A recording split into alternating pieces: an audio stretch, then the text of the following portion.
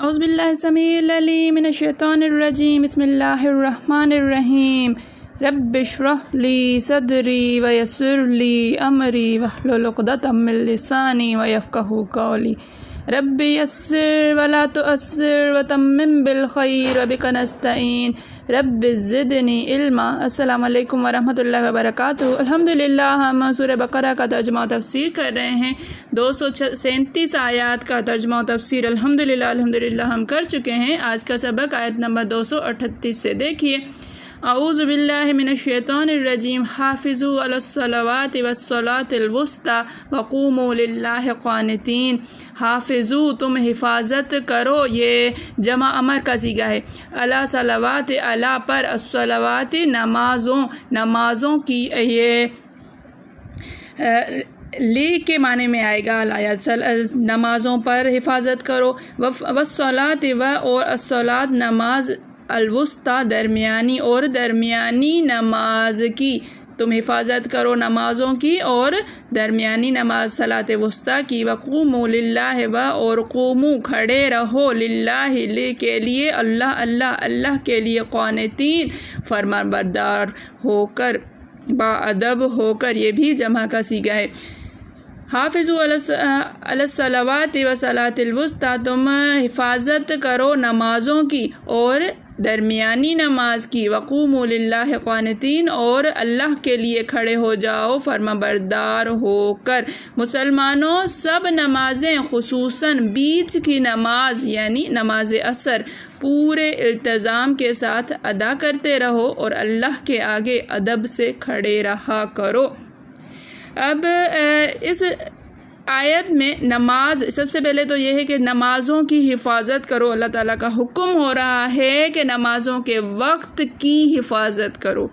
نمازوں کی حفاظت، نمازوں کے وقت کی، کہ ہر نماز کو اس کے وقت پر ادا کرنا، اس کی حدود کی نگرانی رکھو اور اول وقت میں ادا کرتے رہو۔ رسول اللہ صلی اللہ علیہ وسلم سے حضرت عبداللہ بن مسعود سوال کرتے ہیں کہ کون سا عمل افضل ہے؟ آپ صلی اللہ علیہ وسلم نے فرمایا نماز کو وقت پر پڑھنا۔ پھر پوچھا کون سا؟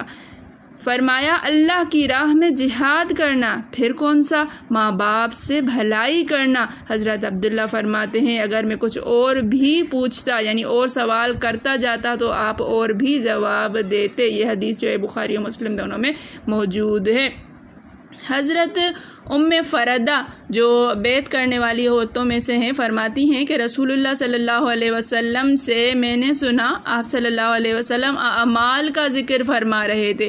اسی میں آپ صلی اللہ علیہ وسلم نے فرمایا سب سے زیادہ پسندیدہ عمل اللہ تعالیٰ کے نزدیک نماز کو اول وقت ادا کرنے کی جلدی کرنا ہے۔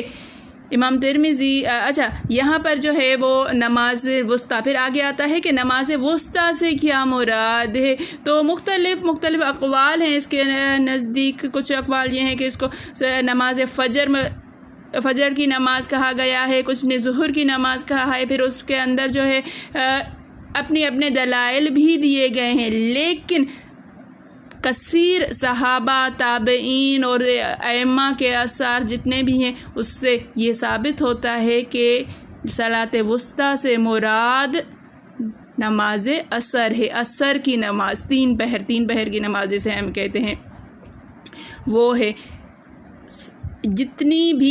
بہت ساری یہ جتنی بھی تفصیل آ رہی ہے یہ ساری کی ساری اسی پر ہے کہ یہ صلاۃ عصر ہے اور اس کو ثابت کیا گیا ہے۔ پھر فرمایا گیا ہے کہ اللہ کے آگے کھڑے رہو قانتین، قوموا للہ قانتین، کہ اللہ کے آگے فرمانبردار بن کر ادب سے کھڑے رہا کرو۔ ادب سے کھڑے رہا کرو یہاں پر جو ہے وہ فرمایا گیا ہے کہ پہلے نماز کے اندر بات کرنے کی، جواب دینے کی اجازت ہوا کرتی تھی، یہاں پر فرما دیا گیا ہے کہ اللہ تعالیٰ کے سامنے خشوع، خضوع، ذلت اور مسکینی کے ساتھ کھڑے رہا کرو، قانتین، قانت بن کر، جس کو یہ لازم ہے کہ انسانی بات چیت نہ ہو۔ اسی لیے حضرت ابن مسعود کے سلام کا اس سے پہلے جو ہے وہ نبی کریم صلی اللہ علیہ وآلہ وسلم بھی سلام کا جواب دے دیا کرتے تھے۔ نماز میں اتنا جو ہے وہ تھوڑی بہت بات ہو جایا کرتی تھی، لیکن اس آیت کے بعد اور اس سے اگلی جو آیت ہے اس کے بعد بالکل منع فرما دیا گیا کہ نماز کے اندر اب بالکل بات چیت نہیں کرنی ہے اور اللہ تعالیٰ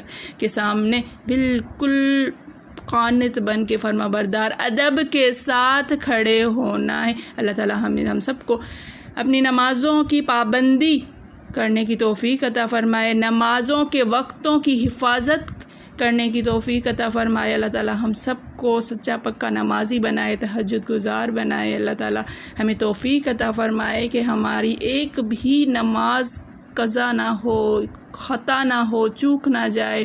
وقت پر نماز پڑھنا بہت زیادہ جو ہے وہ اہم ہے، اور اول وقت، خاص طور پر اول وقت میں نماز پڑھنے کی بہت زیادہ تاکید کی گئی ہے۔ اللہ تعالیٰ ہم سب کو توفیق عطا فرمائے۔ میرے پڑھانے میں، آپ کے پڑھنے میں، میرے سمجھانے میں، آپ کے سمجھنے میں کوئی غلطی، خطا، بھول چوک ہو گئی ہو تو میں اللہ کے حضور میں توبہ کرتی ہوں اور معافی کی خواستگار ہوں۔ ربنا تقبل منا انک انت السمیع العلیم۔ السلام علیکم ورحمۃ اللہ وبرکاتہ۔